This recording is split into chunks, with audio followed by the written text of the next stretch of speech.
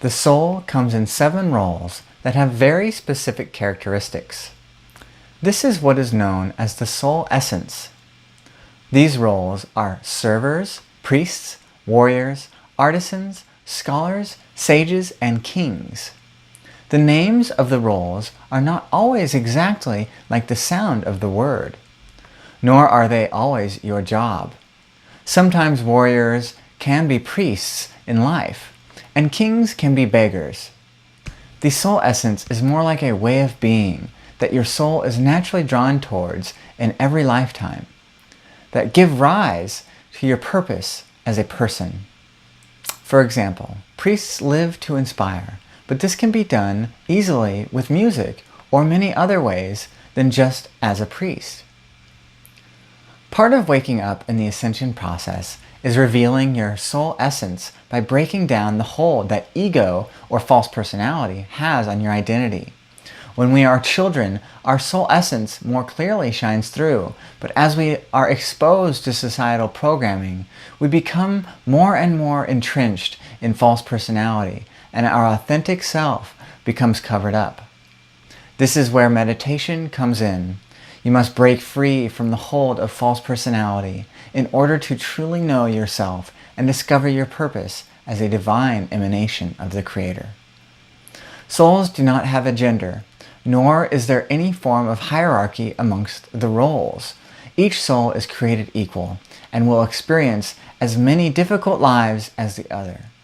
From lifetime to lifetime, our soul essence stays the same, but things that define us in our lives constantly change. We experience lives as different genders, nationalities, race, planet, country, profession, belief structure, and social standing. Every variety of life must be experienced in order to progress as a soul in the evolution of consciousness. For most people, the clutches of false personality will be broken down a bit at midlife or around the age of 30. This is when you find your true calling and start living in essence. This can be called the midlife crisis, where suddenly all the things you have been doing don't seem to have much meaning, and you rediscover who you are and what it means to be alive. Thousands of years ago, the Hindu caste system was a representation of the 7 soul essence roles. However, it has since been corrupted and turned into a system of societal standing that creates inequality. The 7 roles are best described as follows. Priests are inspirational, encouraging, motivational, visionary, and committed to a higher purpose. These souls are naturally more drawn towards spiritual seeking than other souls. Priests are given a vision for how life should be, and they share this vision and the new reality with others.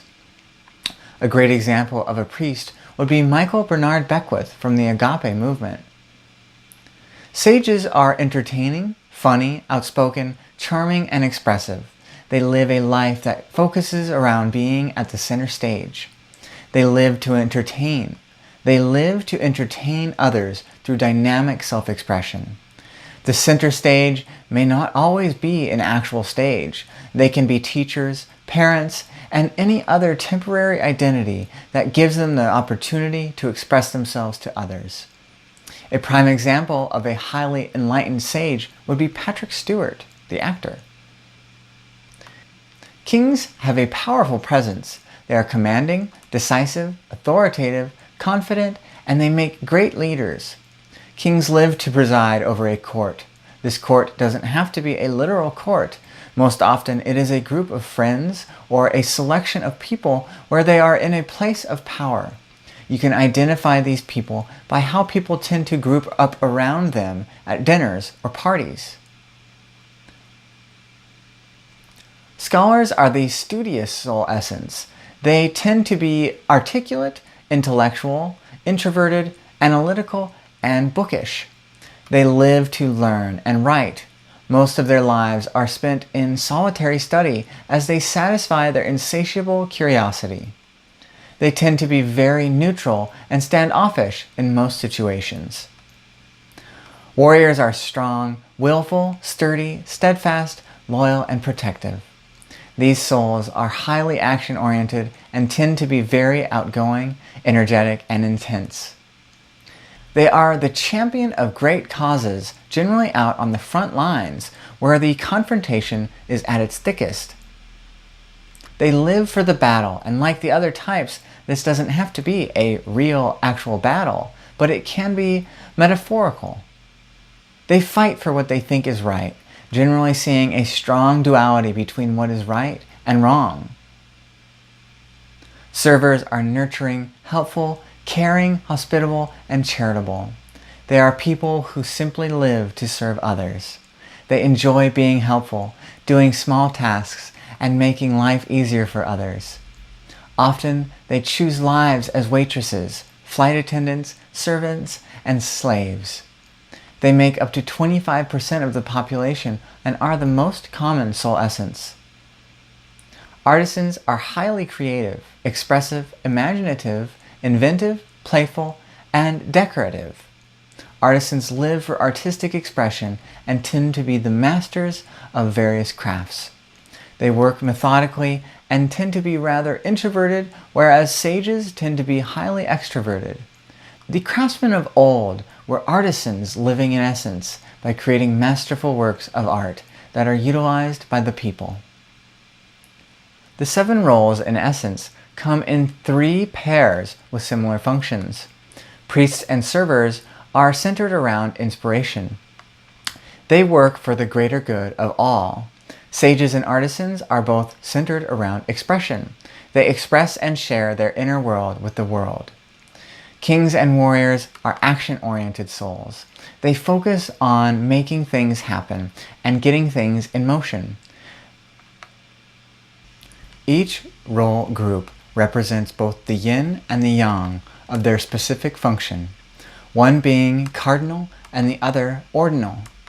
The cardinal function is the fiery yang function and is more about external action and broad goals that encompass many variables.